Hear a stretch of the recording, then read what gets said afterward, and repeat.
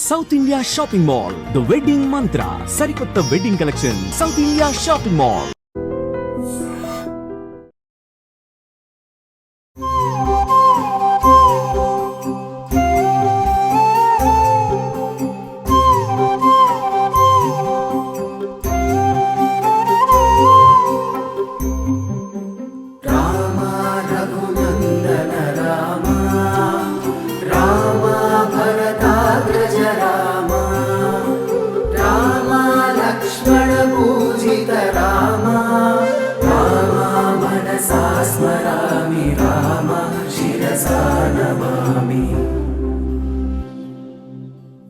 నమస్కారం, welcome to I dream ధర్మ మార్గం విత్ విజిత కార్యక్రమానికి స్వాగతం.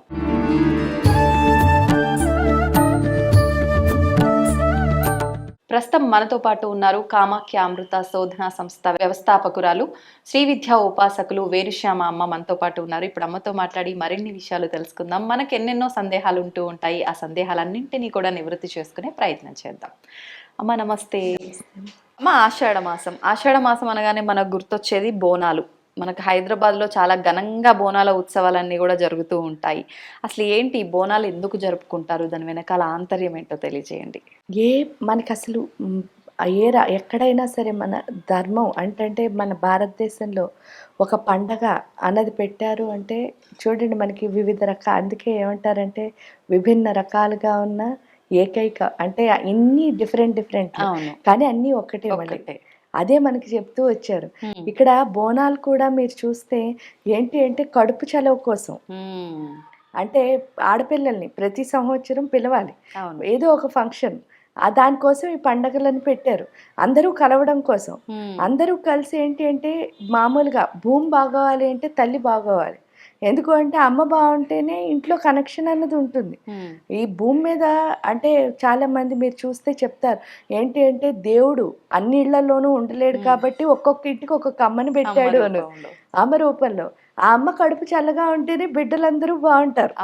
బిడ్డలు బాగోవడం అంటే కూడా ఇక్కడ ఏంటి అంటే ఇలాంటి, అంటే ఈ దేవత కొండ పెట్టుకుని వాళ్ళు చూస్తే మీరు వెళ్తూ ఉంటారు. అదేమిటి అంటే ఆ మట్టి, మళ్ళీ ఇందాక వారాహిలో చెప్పుకున్నట్టే ఈ మట్టికి అంటే ఇంపార్టెన్స్ ఏంటి అంటే ఈ ఆషాఢ మాసంలో భూమికి నాగలతో దున్ని మొత్తం అంతా, అంటే ఆ మట్టి ఏదైతే ఉందో దానికి లైఫ్లో చాలా ఇంపార్టెన్స్ ఉంది మనకి. ఎందుకు అంటే అది లేకపోతే మనం అసలు లేము. కానీ మనకేంటంటే చాలా చూడండి, హడావిడి పనుల్లో దానికి పెద్ద ఇంపార్టెన్స్ ఇవ్వకుండా మన పని మనం చేసుకునే స్థితిలో ఉన్న మనకి ఏంటి అంటే ఒక టైంలో దాన్ని కూడా, అంటే మనకి అసలు మనం పుట్టడమే ప్రతిదీ పూజ చేయడం నేర్పించేశారు మన ధర్మంలో. ఎలా అంటే ఏదైనా సరే భగవంతుడి ఆరాధన కంపల్సరీ. చాలా మంది అంటారు ఏంటి అంటే ఇంతమంది దేవుళ్ళు ఎందుకండి అసలు మనకి.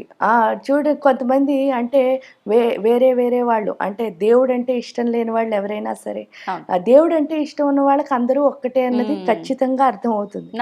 నాస్తికులు ఉంటారు, అంటే వాళ్ళు పూజ చేస్తున్నాం అనుకునే నాస్తికులు అనమాట. ఏం చెప్తారంటే ఇన్ని దేవుళ్ళు ఎందుకు పూజ చేసినప్పుడు అంటారు. ఇప్పుడు మీరు నేను ఒకటే అని చెప్తున్నాను, కానీ మీరు నేను ఒకలా కనిపిస్తున్నావా? లేదు, కనిపించటం లేదు కదా. అంటే అర్థం ఏమిటంటే మనలో డిఫరెన్స్ కూడా ఉంది. అంటే ఆత్మ వరకు ఒకటే, కానీ శరీరాల్లో మళ్ళీ మార్పు వచ్చింది.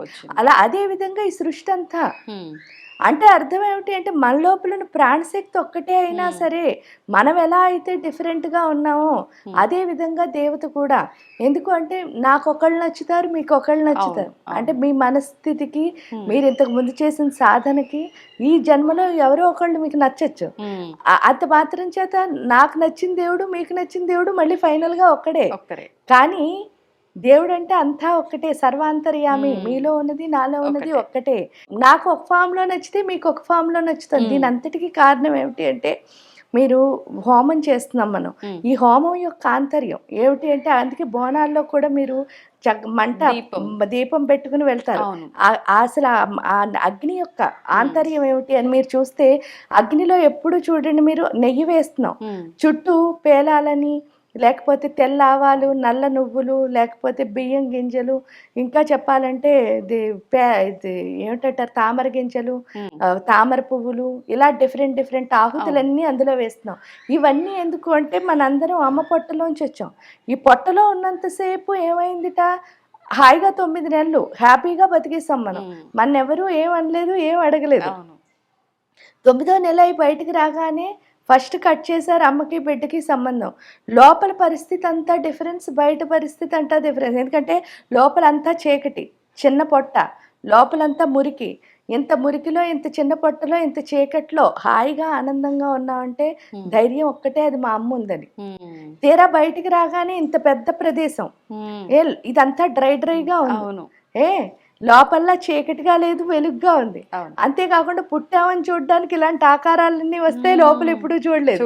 ఇవన్నీ ఒక్కసారి కొత్తగా వచ్చేసరికి నాకెవరు లేరు అంటే అమ్మ లేదు. ఆ అమ్మ లేదనగానే భయం మొదలవుతుంది. ఈ భయం ఎప్పుడు మొదలైందో, ఆ భయం ఏమిటి అంటే నేను ఒంటరి, నేను ఒంటరి, నేను ఒంటరి అంటే ఆ లోన్లీనెస్. ఆ లోన్లీనెస్సే భయం పడుతూ చివరికి మన భయం ఎవరికీ తెలియకూడదని గొప్పలు చెప్పుకోవడం కానీ, లేకపోతే మనం ఎంత గ్రేట్, అహంకారం అంటారు, ఈ అహంకారంగా ఉండడం అనేది వస్తుంది. ఇది ఎప్పుడైతే వచ్చిందో ఇక్కడికి వెళ్ళేసరికి హోమంలో చూడండి ఫస్ట్ నెయ్యి వేస్తున్నారు. ఆ నెయ్యి దేనికి ప్రతీక అంటే మన లోపల ఉన్న అహంకారానికి ప్రతీక. ఇంకా చుట్టూ వేస్తున్న బోళ్ళన్న ఆహుతులు ఏంటి అంటే మనలో ఉన్న వివిధ రకాల భయాలు. ఇవన్నీ వేసేసరికి హోమంలో ఏమవుతుంది, మీరు ఏ వేసినా సరే బూడిద అయిపోతుంది. ఇక్కడ బూడిద అంటే మంత్రంతో బూడిద ఎప్పుడు కలుస్తుందో దాన్ని విభూది అంటారు. విభూది అంటే తేజస్సు అని అర్థం. అగ్నికి ఉన్న లక్షణం చూడండి, మీరు ఏమైనా వేయండి అగ్నిలో, మొత్తం అంతా బూడిదే అవుతుంది. అంటే ఏ పదార్థాన్ని వేసినా సరే దాని ఆకారం మారిపోతుంది. రెండోది ఏంటి అంటే అగ్ని ఒక్క చోట ఎప్పుడు ఆగదు, అలా కనెక్ట్ చేసుకుంటూ వెళ్తుంది. ఇక్కడ ఏం కనెక్ట్ చేస్తోంది, విభూతితో మనకి ఏమొస్తుంది అని అర్థమైంది, ఆత్మశక్తి తేజస్సు అన్నది వస్తుంది. ఎందుకంటే మణిపూర్ చక్రానికి కనెక్ట్ అయ్యింది. రెండోది ఏంటి అంటే అక్కడికి వచ్చేసరికి ఆ అగ్ని కనెక్ట్ చేస్తోంది కదా, దేంతో కనెక్ట్ చేస్తుంది అంటే ప్రకృతితో. అంతవరకు మనం ఈ సృష్టిలో అందరితో కలిసి ఉన్నట్టు ఉంటాం కానీ మనస్ఫూర్తిగా ఎవరితోనూ కలిసి ఉండం. ఆ హోమం చేయగా అందరితో మనకి ఏమవుతుంది, ప్రేమ. ఎందుకంటే లోపలున్న ఆత్మ శివయ్య అయితే నేను చూస్తున్న ప్రతిదీ కూడా అమ్మేను. ప్రకృతి నాకు తెలిసి స్వరూపం. అది ఎప్పుడు అర్థమైందో ఒంటరి అన్నది పోయింది. ఒంటరి అన్నది పోతే అప్పుడు అర్థమయ్యేది ఏంటంటే స్లోగా హోమం చేయగా అప్పుడు అర్థమయ్యేది ఏంటంటే దేవుణ్ణి 2 రకాలుగా చెప్తున్నారు. ఒకటి సాకారం అని, 2 నిరాకారం అని. అంటే ఆకారం ఉందని చెప్పి ఇలా మనం విగ్రహాల రూపంలో కొలుస్తున్నాం. ఒక్కొక్కళ్ళు ఏమంటున్నారు, అసలు ఆకారమే లేదంటే అది ఒక శక్తి అండి అంటున్నారు. ఏది నిజం? ఎందుకంటే వాళ్ళందరూ గొప్పవాళ్ళు, వాళ్ళకి అర్థమైంది. కానీ మనలాంటి చిన్నపిల్లలకి ఏం అర్థం అవ్వదు కదా. ఇక్కడికి వచ్చేసరికి అందుకే మన ఋషులు మునులు ఏం చేశారు, ఈ హోమాలను పెట్టి మనలాంటి చిన్నపిల్లలకి అర్థమయ్యేటట్టు చేశారు. ఎలాగా అనంటే ఇప్పుడు ఒక గ్లాసులో నీళ్లు పోసాం, నీటి యొక్క ఆకారం ఏమిటి అని ప్రశ్నించుకుంటే ఏమవుతుంది, గ్లాస్ ఆకారాన్ని నీటి ఆకారం కింద చెప్తున్నాం. అదే ఒక గిన్నెలో పోసాం అనుకోండి, నీటి ఆకారం ఏమిటంటే గిన్నె ఆకారం, బాటిల్లో పోస్తే బాటిల్ ఆకారం. అంటే నీటికి ఆకారం ఉందా, లేదు. వేసే వస్తువుని బట్టి ఆకారం అంటే ఆ యొక్క పాత్రని బట్టి దాని ఆకారం. అదే విధంగా దేవుడు అంటే ఒక శక్తి, ఎవరిలో పోసుకుంటే వాళ్ళలా కనిపిస్తుంది. అంటే ఎవరు సాధన చేస్తే వాళ్ళలాగే దేవుడు కనిపిస్తాడు. ఇక్కడ అదే చెప్తారు. అంటే ఆకారం ఉందా అంటే మీలో పోసుకున్నారనుకో దేవుడి యొక్క శక్తిని, మీరే కనిపిస్తారు దేవతల. అంటే అర్థం ఏమిటి అంటే మీరే దేవత అవుతున్నారు. అందువల్లే ఇంతమంది దేవుళ్ళు ఉన్నారు. అంటే ఈ భూమి మీద ఎంతమంది సాధకులు ఉన్నారో అన్ని దేవుళ్ళు వచ్చారు. అవును. దానికి కారణం ఏమిటి, వాళ్ళు ఆ శక్తిని వాళ్ళు నింపుకున్నారు. ఈ మనం అందుకని నేనేమంటానంటే, ఇంకోటి గురించి చాలా మంది కామెంట్ చేస్తారు చూసారా, అది ఎందుకు తప్పు అంటే ఇలా చూపించే బదులు ఈ ఒక్క వేలు ఇటు తిప్పేసుకున్నాం అనుకోండి, అంటే ఒక్క వేలే కదా ఇటు చూపిస్తోంది, 4 ఇటే ఉన్నాయి, ఆ ఒక్కటే ఇటు తిప్పేసుకున్నాం అనుకో, మనం ఎవరి కింద మారిపోతున్నాం, దేవుడి కింద. మనం ఎప్పుడైతే భగవంతుడి కింద మనం మారామో ఈ సృష్టి అంతా మంచంతే ఉంటుంది. ఎందుకంటే ప్రకృతి మీరు చెప్పినట్టు మాట వింటుంది. మీరు చూడండి, మీరు ఎక్కడో ఒక్కర్లే, మీరు మనస్ఫూర్తిగా ఒక దేవుడి గుడికి వెళ్ళాలనుకుంటారు. నేను ఒక ఎగ్జాంపుల్ చెప్తాను. ఒక చిన్న పాప చార్ధామ్ యాత్రకి వెళ్ళాం, ఆ. మాతో పాటు ఆ పాప కూడా వచ్చింది. ఆ పాప యాత్ర మొదలైనప్పటి నుంచి ఒకటే ఒక మాట. ఆ. అదేమిటి అంటే, నేను బద్రీనాథ్ చూడాలి, నేను బద్రీనాథ్ చూడాలి. ఎందుకు బద్రీనాథ్ చూడాలి అని ప్రశ్న. అంటే సరదాగా అడిగితే ఆ పిల్ల ఏం చెప్పింది, నేను బద్రీనాథ్ సినిమా చూశాను. అందులో బద్రీనాథ్‌లో దేవుడి దగ్గర పువ్వులు పెడితే అవి మళ్ళీ తీసే వరకు అలాగే ఉన్నాయి. కాబట్టి నేను అది చూడాలి అని చెప్పారు. చెప్తే చూడు నువ్వు ఇంత అందంగా బద్రీనాథ్ వెళ్ళాలి అని ముద్దుగా మాట్లాడుతున్నావు. ఎందుకంటే 3-4 ఇయర్స్ ఉంటాయేమో చిన్నపిల్ల. అయ్యేసరికి నేను అన్నాను, నీవు ఇంత ముద్దుగా మాట్లాడుతున్నావు కదమ్మా, దేవుడు చక్కగా నీకు దర్శనమిస్తాడు అని చెప్పేసరికి ఈ ట్రిప్లో ఉన్న వాళ్ళలోనే వేరే వాళ్ళకి ఒక ఫోన్ అస్తమానం వస్తుంది. వాళ్ళ ఫ్రెండ్ ఎవరో చేసి ఏం చెప్తున్నారంటే, బద్రీనాథ్లో చాలా విగ్రహాలు ఉంటాయి లోపల, అన్నిటినీ ఒక్కసారి చూడలేరు, ఏదో ఒక దాని మీద ఫోకస్ చేయండి, మీరు అన్నీ చూడాలని ట్రై చేయకండి అని చెప్పేసి ఈ పాప వాళ్ళ నాన్నగారికే ఫోన్లు వస్తున్నాయి. ఫోన్లు వస్తుంటే ఏమైంది, ఇద్దరు ఈ పిల్లేమో ఆ బద్రీనాథ్ చూడాలనుకుంటుంది, వాళ్ళ నాన్నగారికి ఏమో ఇలా ఫ్రీక్వెంట్గా ఫోన్లు వస్తున్నాయి. అంటే మొత్తం యాత్ర అంతా ఫోన్లు వస్తున్నాయి. ఇంకా నేను ఒక రోజు చెప్పాను, ఏంటి అంటే, అయ్యా మీరు అసలు ఎవరి మాట వినకండి, ఆ ఫోన్ ఎత్తకండి. మనకి అక్కడికి వెళ్ళిన తర్వాత ఏమొస్తుందో, అంటే ఒక టెంపుల్కి వెళ్ళాము అంటే అక్కడున్న దేవుడు మనకి ఎలా అనుగ్రహిస్తాడో మనకి తెలియదు. కాబట్టి ఆ అనుగ్రహం మనం పొందాలి అంటే ఇవన్నీ మనం వింటే మన మైండ్లో ఏమొచ్చేస్తుంది, ఈ థాట్సే ఉంటున్నాయి. ఈ థాట్స్ ఉండడం వల్ల మనం అక్కడికి వెళ్ళేసరికి ఏమొచ్చినా ఎంజాయ్ చేయలేము. కాబట్టి మీరు అది వదిలేయండి అని చెప్పగానే పాపం ఫోన్లు ఎత్తడం మానేశారు వారు. ఫోన్లు ఎత్తడం మానేసేసరికి ఏమైంది, వారు ఫ్రెష్గా ఉన్నారు. ఈ పిల్ల ఏమో ఇంక అసలు ఏ గుడికి అంటే చూడండి, గంగోత్రి వెళ్ళొచ్చు, యమునోత్రి వెళ్ళొచ్చు, కేదార్నాథ్ వెళ్ళొచ్చు, ఏదైనా కావచ్చు, ఫైనల్గా బద్రీనాథ్ వెళ్ళాలి. బద్రీనాథ్ వెళ్ళాలంటే అన్నీ చూసుకుని బద్రీనాథ్కి వెళ్ళాం. వెళ్ళేసరికి ఏంటయిందో తెలుసా, అక్కడ జరిగింది, అందరం వెళ్ళేసరికి టెంపుల్ కట్టేస్తారు, ఇంకా లాస్ట్కి వచ్చేసింది. టెంపుల్ కట్టేస్తారని టైంకి ఆ సెక్యూరిటీ గార్డ్ ఎవరో తెలీదు, మమ్మల్ని చూసి ఏమన్నారు, ఈ టెంపుల్ కట్టేస్తారు, ఈ లైన్లో వెళ్తే రేపు పొద్దున్న వరకు అవుతుంది, మీరు డైరెక్ట్గా వెళ్ళిపోండి అని చెప్పేసి అతను ఎందుకు పంపించారో తెలియదు, మమ్మల్ని అందరినీ పంపించారు. లోపలికి వెళ్ళగానే అక్కడ లోపలికి వెళ్ళి నుంచుంటే ఒక పెద్ద ఆవిడ ఎవరో చాలా వెళ్ళిపోమంటున్నారు, టైం అయిపోయింది, వెళ్ళిపోండి అని అంటున్న టైంలో ఆవిడ ఎందుకో ఏడ్చేసింది అక్కడ నుంచుని పూజారి దగ్గర.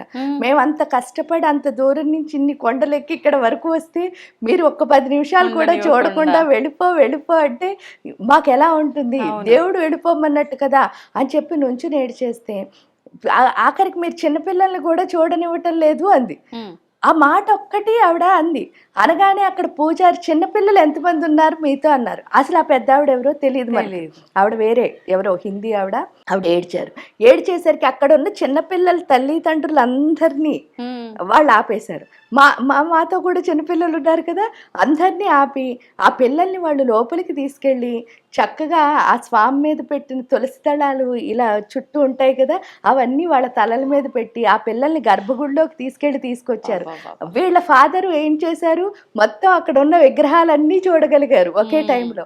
ఆ పిల్లల్ని బయటకు తీసుకొచ్చేసరికి అంటే ఆ పిల్లల ఆర్తి, నా వరకు నేను చెప్పగలిగింది ఏంటంటే, అలా పసిపిల్లల్లా నాకు బద్రీనాథ్ వెళ్ళాలి అన్నది కోరిక. ఆ బద్రీనాథ్ వెళ్ళేసరికి అంటే వాళ్ళకి ఏం తెలియదు, వాళ్ళు ఒక సినిమాలో ఒక పువ్వులేవో అక్కడ బ్రహ్మకమ్మనం పువ్వులు పెట్టారు, అది వాళ్ళకి తెలుసు అంతే. కానీ అది నిర్మలమైన మనస్సు. ఆ నిర్మలమైన మనస్సు అవడం వల్ల ఆ పిల్లలు గర్భగుడిలోకి వెళ్ళగలిగారు. వాళ్ళ తల్లిదండ్రులందరూ హాయిగా ఒక్కొక్క విగ్రహాన్ని చూడగలిగారు.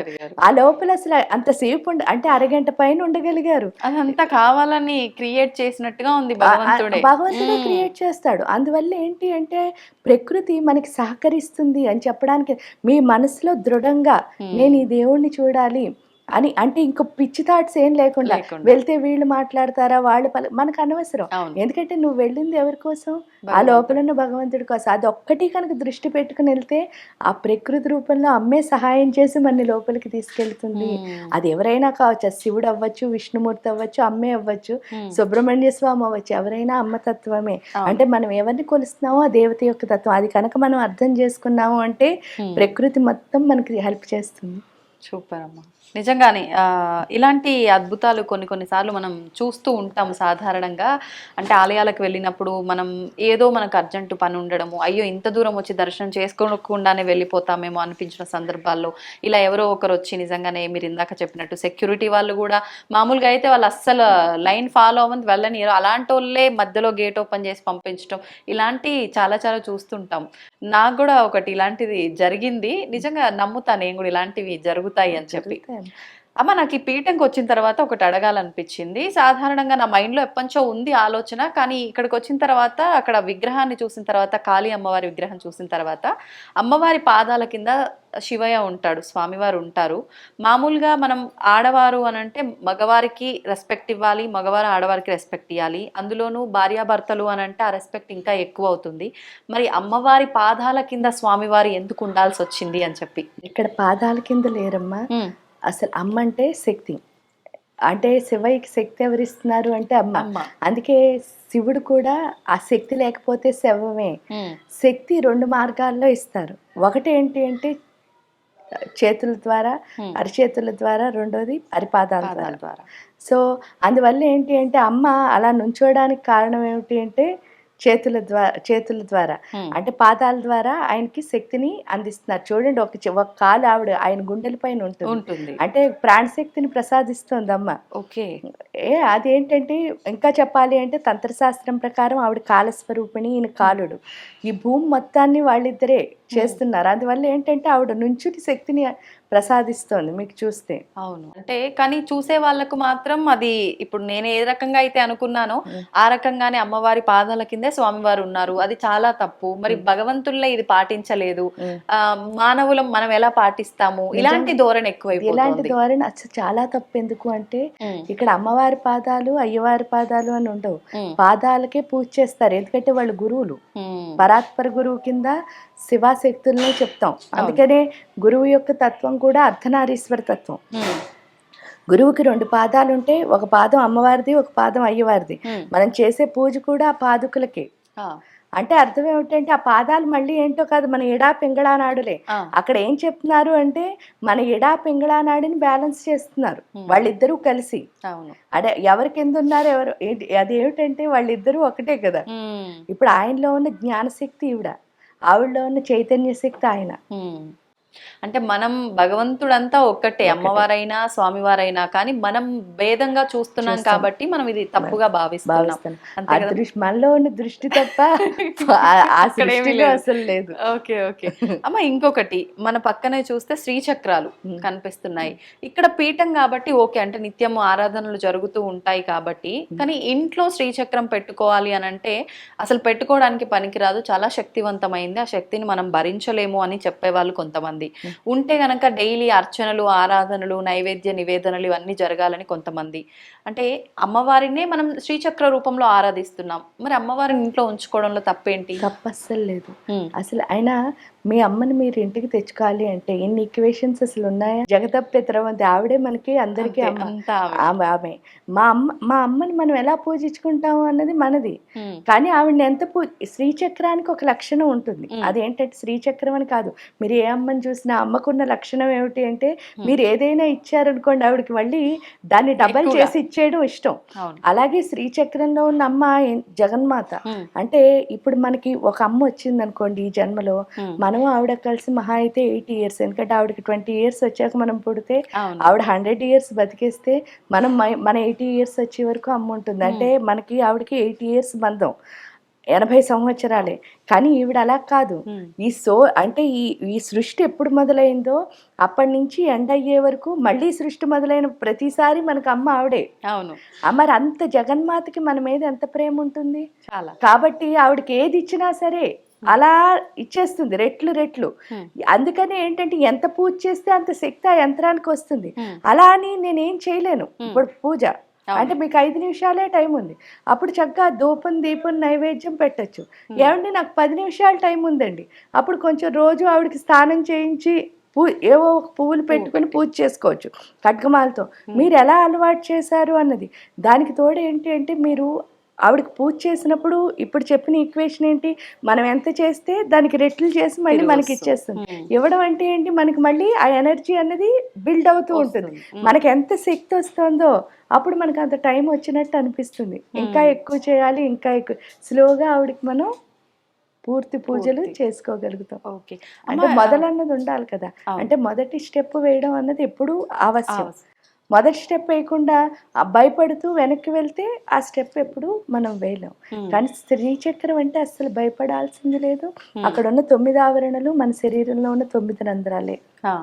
నవరంధ్రాలు. ఆ నవరంధ్రాలకి మనం పూజ చేసుకుంటున్నట్టే.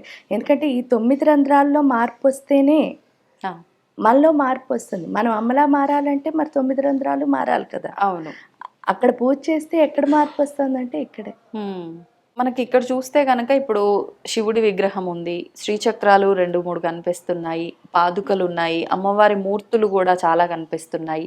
కానీ ఇన్ని విగ్రహాలు ఇవి అంటే ఇక్కడ పీఠం కాబట్టి తప్పు లేదేమో, కానీ ఇంట్లో విషయానికి వచ్చేసరికి ఎక్కువగా దేవుని పటాలు ఉండటము, ఎక్కువగా విగ్రహాలు ఉండటం, అసలు విగ్రహమే ఉండొద్దు అనటం, శివలింగం అసలే ఉండకూడదు అనటం, ఇలా రకరకాలుగా వింటూ ఉంటాం.